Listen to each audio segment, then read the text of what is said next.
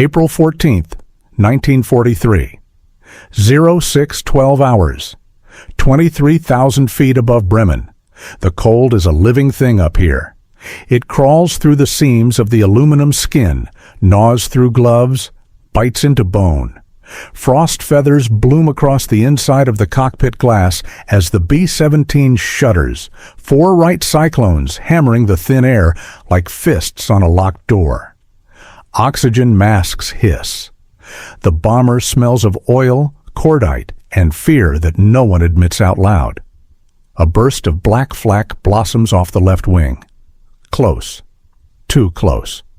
The aircraft lurches. Somewhere aft, metal screams as shrapnel rips through skin and stringer. The ball turret gunner flinches, knees drawn tight inside his plexiglass sphere, the earth spinning beneath him. A red light flashes once, then goes dark. No one cheers. They've seen this before, because if the wrong fragment went in at the wrong angle, the man in that turret won't be screaming. He won't be anything. You can almost feel the moment stretch. The crew waits for a shout that doesn't come. Then the intercom crackles. Ball turret. Still here. A breath releases across 10 throats. This time, the fragment hit steel it wasn't supposed to hit. And somewhere far below, back on an English airfield soaked in rain and spilled fuel, a mechanic no one will ever film changed that outcome without knowing their names. The bomber limps onward, formation tightening instinctively. German fighters are coming. They always do. But this aircraft is still alive. And that wasn't an accident. 2 weeks earlier, on a muddy dispersal strip at RAF Bassingbourn, Staff Sergeant Maynard Harrison Smith crouches beneath the belly of another flying fortress. His knuckles are split, black with oil and hydraulic fluid. The bomber looms above him like a cathedral built by men who never had to crawl through it in the dark. Smith isn't a pilot. He isn't an engineer with polished boots and a clipboard. He's a maintenance man, a mechanic. The kind of man crews nod to without learning his name. The kind whose work only matters when it fails. He has been watching the bombers come back, not the parades for the cameras, the real returns. Aircraft sagging onto the runway with one wheel locked. Tail sections shredded. Ball turrets empty. Waist guns hanging limp, their mounts twisted like broken arms. Smith keeps count even when no one asks him to. He knows where they're being hit. The official reports talk about flak density, fighter tactics, crew training. But Smith sees patterns in aluminum and blood. He sees where the holes cluster. He sees where they don't. He runs a hand along the underside of the fuselage, fingers tracing rivet lines. Above him is the ball turret opening, a circular wound in the bomber's belly. It's a vulnerable place. Everyone knows it, but the doctrine says weight is everything. Every pound of armor is range lost. Bomb load reduced, speed sacrificed. Smith exhales slowly. The doctrine doesn't crawl into that turret at altitude. He does. He slides inside, metal biting through his jacket. The turret smells like cold grease and fear. There's barely room to breathe. He imagines flak fragments coming up from below, ripping through thin skin, through the turret floor, into a man curled around a twin .50 calibers. He taps the floor plating with his knuckles. Too thin. Back topside, Smith pulls out a grease-stained notebook. He sketches from memory. Rough lines, circles, arrows. He's not supposed to do this. Field modifications require authorization, paperwork, engineering review, weeks. Crews don't have weeks.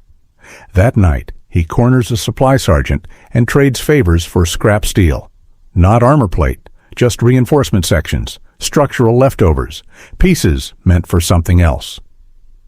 At dawn, he's back under the bomber. He measures, cuts, fits. The work is ugly. Rivets don't line up cleanly. It adds weight where the manuals say not to. But when he's done, the floor beneath the turret is no longer skin and hope. It's steel. No one signs off on it. No one notices. Until the aircraft comes back. The first crew doesn't even realize what almost killed them. They land hard. Tires smoke, engines cough, ground crews swarm. Smith hangs back, watching the belly. He sees it before anyone else. A flak fragment the size of a man's fist is embedded in the new plate, flattened, its edges curled like burned paper. It didn't punch through. It didn't spall. It stopped. Smith reaches out and touches it. The metal is still warm. The ball turret gunner climbs out a moment later, pale, shaking, alive.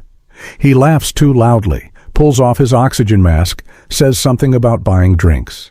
Smith doesn't correct him. That night, Smith doesn't sleep. He walks the line, counting returning aircraft, counting damage, counting the holes that didn't become coffins. By the third mission, he's sure. By the fifth, other mechanics are watching him work. By the seventh, a crew chief asks questions. Smith shows them the notebook. The changes spread quietly. No memos, no ceremony. Steel plates here, reinforcement there, a relocated oxygen line, a shield angled differently to deflect fragments instead of stopping them head-on. It's not just the turret anymore. It's the waste positions, the radio room, places the diagrams call secondary, places men bleed. April 8th, 1943, 10:41 hours. Over the North Sea, a formation of B-17s tightens as cloud breaks beneath them. The water below is hard and blue, indifferent. Ahead, contrails spiral where fighters climb too fast and stalled out of view. Inside one bomber, flak punches through the fuselage near the radio room. Shrapnel sprays. A gunner screams, then stops. The radio operator stares down, stunned. The fragment lodged in a steel panel bolted there less than 10 days ago. He presses a gloved hand to his chest. No blood. He looks at the panel again, then up at the sky. When they land, he kisses the aircraft's skin. Word travels faster among aircrew than through channels. They start asking for the reinforced ships. They don't know the mechanic's name. They just know some fortresses come back when others don't. Command notices eventually. Not because of gratitude, because of numbers. Loss rates dip. Not dramatically. Not enough to make headlines. But enough to disrupt predictions. Enough that intelligence officers circle columns in pencil and frown. Someone asks why. An engineering team arrives. Clean boots, new gloves. They inspect the modifications with disapproval. Non-standard, unapproved. Dangerous, maybe. They pull one plate off and weigh it. Too heavy, one says. Smith stands behind them, silent. The lead engineer pauses, holding the bent fragment pulled from the plate. He turns it over slowly. This would have killed him, he says. No one argues. By late April, the modifications are being formalized, carefully worded, limited, experimental. But they spread. Survival doesn't announce itself. It whispers. A gunner who doesn't die becomes a crewman who flies again. Experience compounds. Accuracy improves. Formations hold tighter because fewer aircraft fall out damaged. German pilots notice it first. Their after-action reports change tone. Bombers that should have been crippled keep coming. Shots that used to shatter now spark and deflect. The Flying Fortress earns its name the hard way. May 1st, 1943, 13:27 hours. Schweinfurt. Flak is thicker here. Black clouds layered like a staircase to hell. Fighters slash in and out, cannon fire chewing at aluminum. One B-17 takes a direct hit beneath the cockpit. The nose fills with smoke. The bombardier slumps. The aircraft doesn't break formation. The pilot fights the controls, muscles screaming, eyes watering. The smoke clears. A steel shield installed after a mechanic's late-night argument with a supply officer is cracked but intact. Shrapnel lies at the pilot's feet. The bomber drops its payload, turns for home. Smith hears about Schweinfurt days later, secondhand. He listens without comment, wiping his hands on a rag that will never come clean. He doesn't celebrate. He knows this isn't enough. He's seen aircraft that no steel plate could save. men who vanish when fuel ignites or wings shear away. But he also knows this. Somewhere tonight, a man is alive because a rule was bent. Somewhere, a letter will be written instead of a telegram. And the war will grind on, uncaring. As dusk settles over the airfield, Smith opens his notebook again. He has another idea, a small one, but then so was the first. Case. The idea keeps him awake. Not fear, not pride. Geometry. Smith lies on his cot listening to rain tick against the corrugated roof, replaying the inside of a B-17 in his head the way other men replay poker hands. Angles, distances, where fragments travel after impact, where men sit when they think they're safe. Flak doesn't kill cleanly. It shatters, ricochets, turns the aircraft into a slaughterhouse of secondary missiles. A piece doesn't have to hit you to end you. It just has to hit something near you. Smith swings his legs down, boots hitting concrete. He lights a cigarette he barely tastes. The waist gunners, they're standing, exposed, wide arcs of fire, but no real protection from below or aft. The manuals say overlapping fire covers them. The manuals have never watched a flak burst rip upward through the belly, explode inside the fuselage, and turn radio gear into shrapnel. At first light, Smith is at the aircraft again. He crawls into the waist section with a tape measure and a stub of chalk, marks angles on the interior skin, talks to himself quietly as if the bomber is listening. He isn't adding armor this time. He's changing how death moves.